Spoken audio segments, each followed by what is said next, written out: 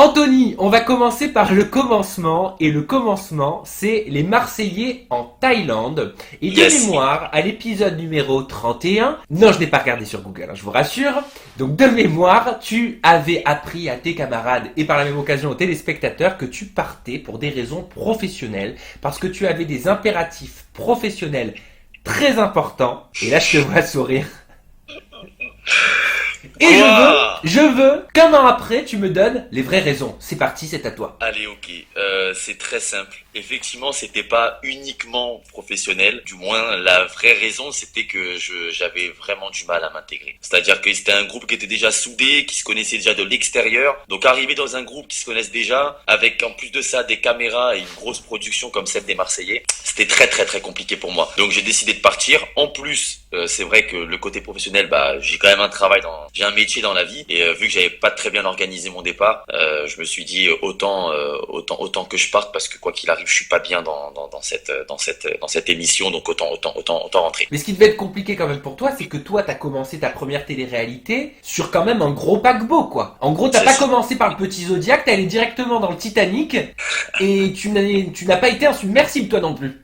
Voilà, et je me suis noyé direct, quoi. Ah mais carrément. Bon, t'as quand même fait 31 épisodes. Mais bon, là j'ai l'impression quand même que tu t'arrondis bien les angles, hein. J'ai l'impression que tu m'as fait un joli paquet cadeau, hein, avec une réponse bien préconçue, parce que je les connais, moi, les réponses préconçues. Oh là, ça va, il est fort. Et je connais ses yeux rieurs également, donc Anthony, on approfondit un petit peu, tu ne m'en veux pas, on poursuit. J'aimerais savoir si on t'a demandé de donner ce prétexte, ou alors si tu avais réellement des impératifs. Alors, très sincèrement, la production m'a laissé le choix. Elle m'a dit soit tu donnes les vraies raisons qui sont que tu souhaites partir parce que tu te sens pas. Donc ils m'ont donné bien évidemment d'autres possibilités pour que je puisse rester, mais moi je voulais vraiment partir parce que je me sentais vraiment pas bien dedans. Et ils m'ont dit donc soit tu donnes les vraies raisons parce que tu te sens pas bien, soit tu donnes une autre raison. Et vu que je voulais pas pointer du doigt les autres candidats parce que c'est pas leur faute, c'était moi, j'arrivais pas à m'intégrer, c'était comme ça, voilà, c'était mauvais timing, mauvaise vibe, c'est tout.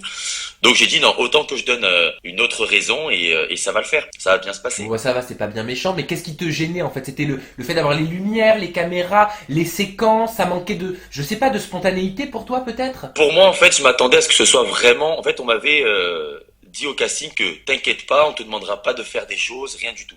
Donc je suis parti serein en fait, et on me disait t'inquiète pas, tu vas être comme ci, tu vas être comme ça. Donc on m'avait un peu moussé quoi.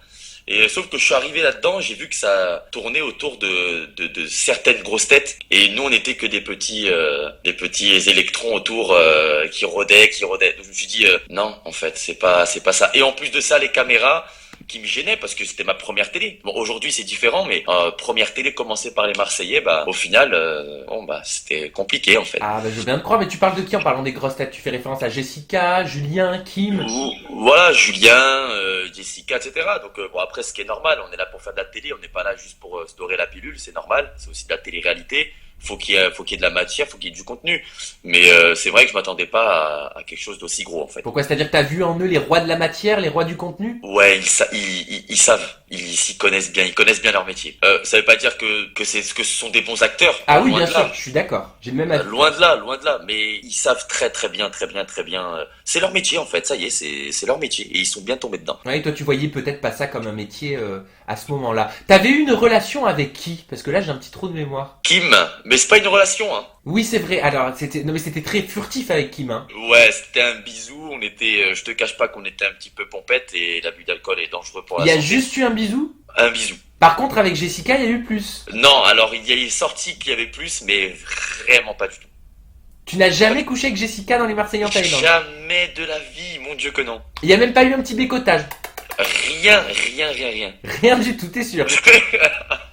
Ah ben je sais pas. Mais je te jure, rien. J'ai fait un bisou. Sur la Torah d'Israël, comme dirait Mélanie. Ah voilà, sur la Torah, la vérité. Non mais c'est pas bon. Blasphème. Ah non, je fais le signe de croix alors que je parle de la religion. Oh là là, ne regardez pas. Starfoula, comme on dit chez nous. Starfoula, exactement.